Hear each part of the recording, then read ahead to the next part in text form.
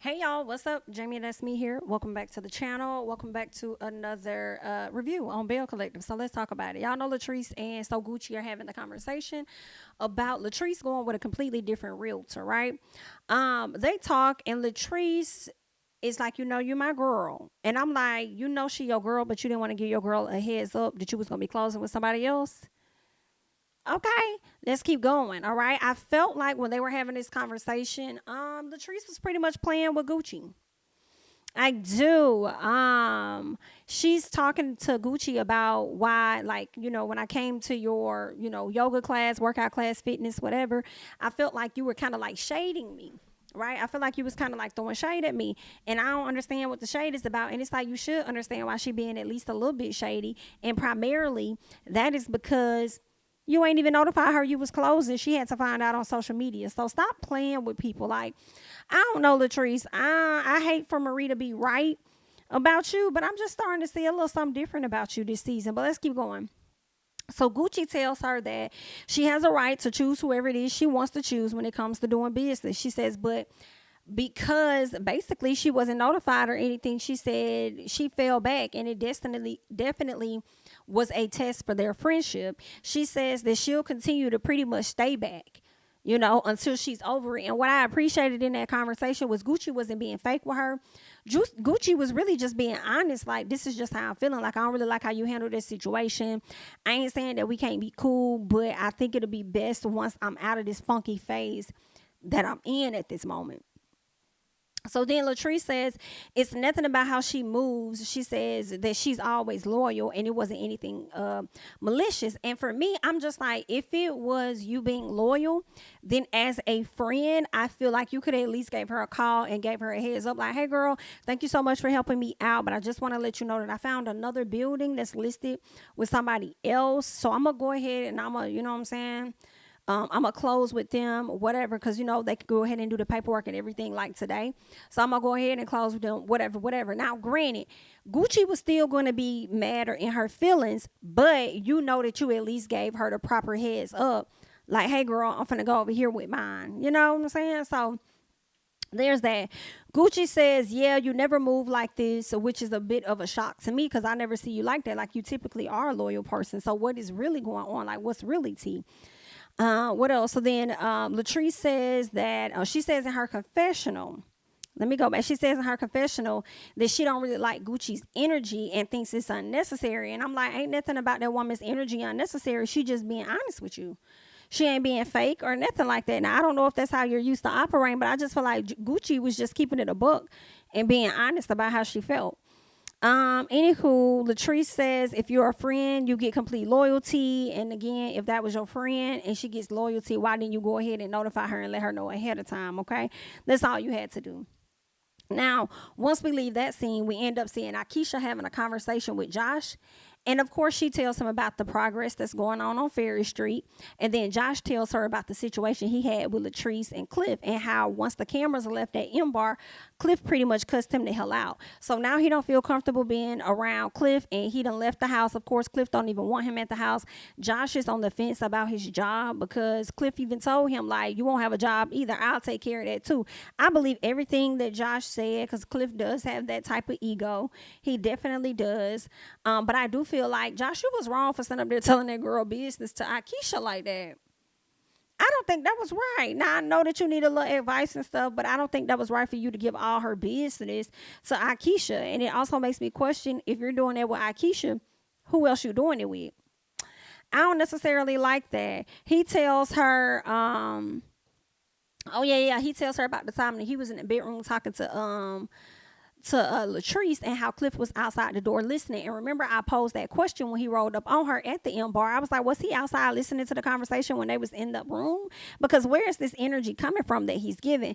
Come to find out, that's exactly what was going on. He was standing outside listening to the conversation. So yeah. What else ended up happening? Josh tells her about the M Bar incident. Josh says Cliff got real disrespectful when the cameras were going. Latrice never had his back. That was something that he said. She never had his back. And that's a compromising situation. She's not going to have your back. She's definitely going to choose her husband over you. It is what it is. And Akeisha tells him when it comes to the marriage and this woman's husband, you pretty much do need to stay out of her business and always have a backup plan, have an A, B, C, and D. And I don't think Akeisha told him wrong at all. So there's that. Now Latrice and Letitia meet up because Latrice is having some event where she's going to have to do public speaking and she doesn't really feel comfortable with that. So they're going to be working on a speech. I feel like what Letitia should have had Latrice do was draft up something, even if it was a few sentences, probably about 5 sentences equals a paragraph. If she would have got her to draft up something for her to truly critique, I think that would have been a more beneficial sit down. But anywho, of course, they really came together so they could talk about their husbands, Glendale and Cliff, honey. Letitia says Glendale's, I believe she said his fear is that he won't. Okay, I guess her fear is that he won't allow her to leave or something like that or move on in peace. And then we learned that their husbands, well, not learn, we already knew their husbands are traditional men. Okay, they pretty much want the lady to be at the house while they do everything and rip and run and sneak and whatever else they ask, gonna sit up here and do. Okay, so there's that.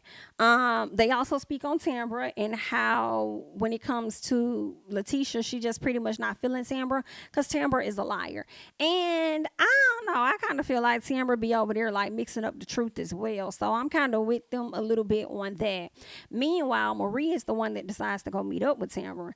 And Marie tells her like, girl, you like to dance around questions and stuff. You're not really transparent. Some people think that you're a liar. So what are your thoughts about that? How do you feel about people calling you that? She says that she doesn't pay attention to a lot of things. I'm like, number one, that's not answering the question.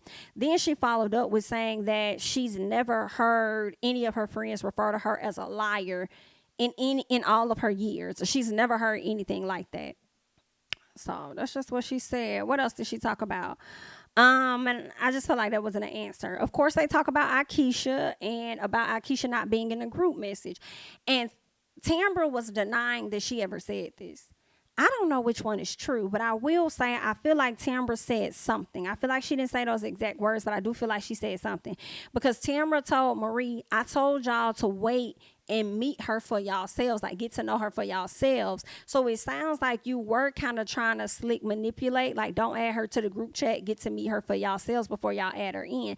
To me, that does sound like they may not like her. Like y'all probably gonna see some stuff about her that y'all really not gonna like. So, I don't know if y'all really want to add her to the group. Like, I don't know.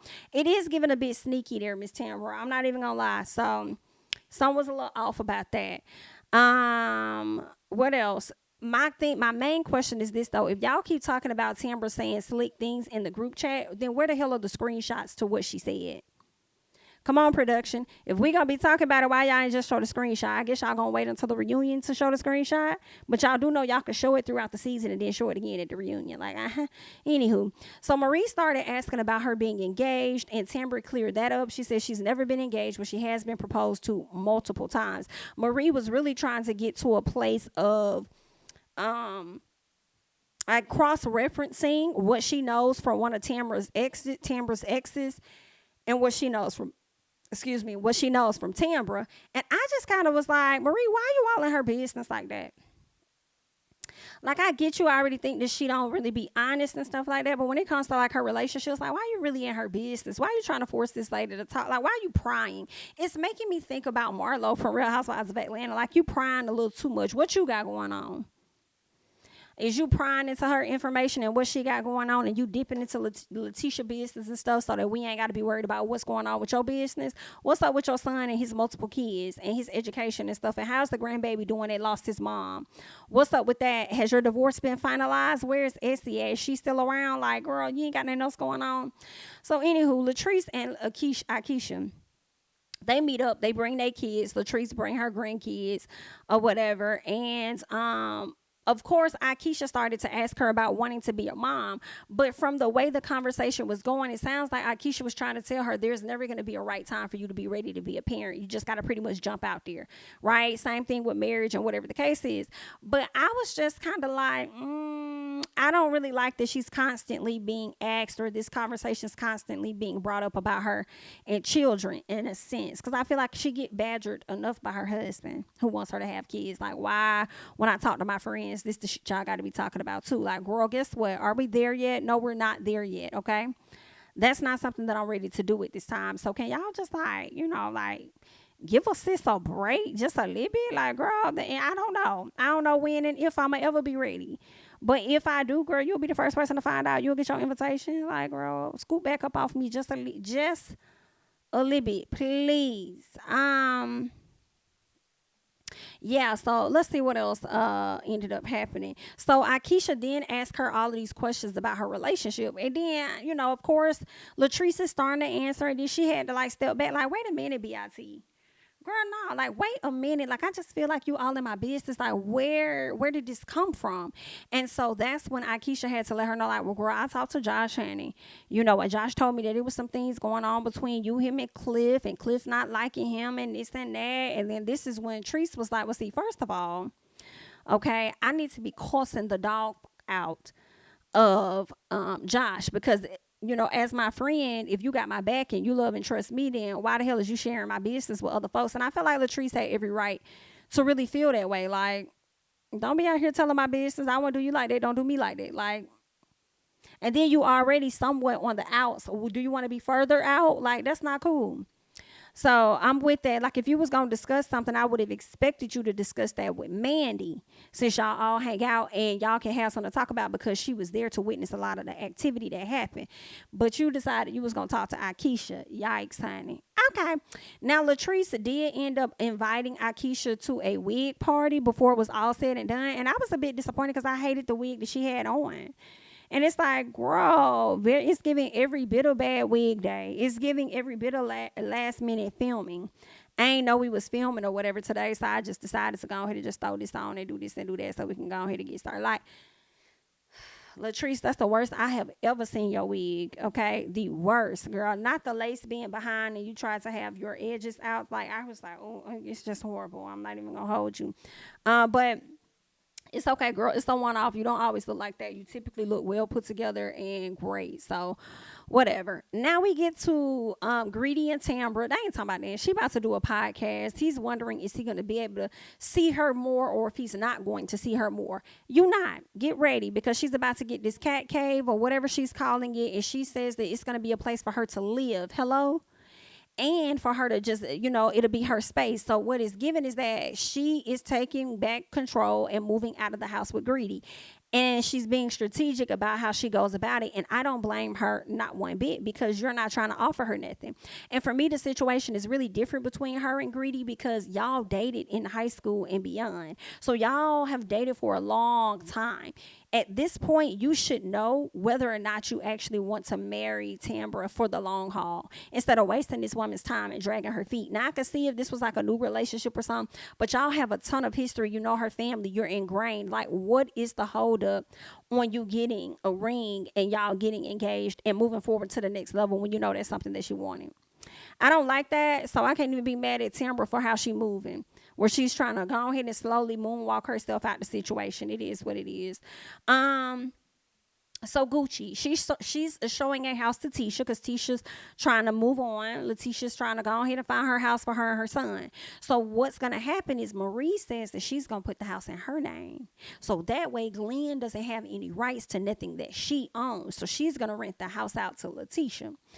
Well, when they were there chit-chatting and talking, of course, they bring up Gucci and how Latrice brought up Gucci and stuff like that, and how they had that full conversation about what Treese had to say or whatever, adding fuel to the fire. But anywho, in the midst of that, Glenn pops up, and then they had this big old huge dramatic reaction to Glenn popping up. Granted, it would have caught you off guard. I mean, it is her husband, but it's like, for me, I don't know. I feel like y'all really acting like he that dangerous. I don't think so. And primarily the reason why is because I feel like they're acting. Like when he popped up and just unlocked the door and walked in, It's giving Tyler Perry play. Like that whole scene. I do not believe anything of it. Just the way he was talking, like this what you do, that's like the way he kind of was saying stuff sounded like he was trying to think of the next line to say type thing. Like it was very weird. Like this, an apartment, yourself, like by yourself, this Letitia, this was like what I'm put like it just didn't sound genuine. It didn't sound real. It sounded like acting. Marie is fully understandable of what Letitia and Glenn are trying to do, so she's in on the fakeness of it all. He goes outside, they talk, and she's like, just stop, like just can you just stop? And it's like, yeah, she's saying just stop because she don't know what else to say, how else to respond because she's acting. It was just a mess. I was like, girl, this shit's so fake. It is definitely giving I can't even say Tyler Perry play because I feel like Tyler Perry plays are better than that. So whoever is below Tyler Perry, that's what it was giving. Okay, it was giving high school play. Cause I was like, girl, what the fuck is it? Like, this is so fake. This is just and she's acting like she's scared to leave him and shit. And it's like, girl, as soon as the season gonna be over, she gonna be posting more photos of them together like she always do. Like, girl, nobody got time for Letitia and Glenn and they bullshit. It's giving fake for me, but that's all that I got. I just wanted to come to y'all real quick with a cute little review on Belle Collective, honey. I know it's late, but hopefully you enjoy it all the same. All right, I'm Jamie, that's me. Don't forget to like, comment, subscribe, share my videos, follow me on Instagram and Twitter at JamiThatsMe, and I'll catch you guys in the next one. Bye bye.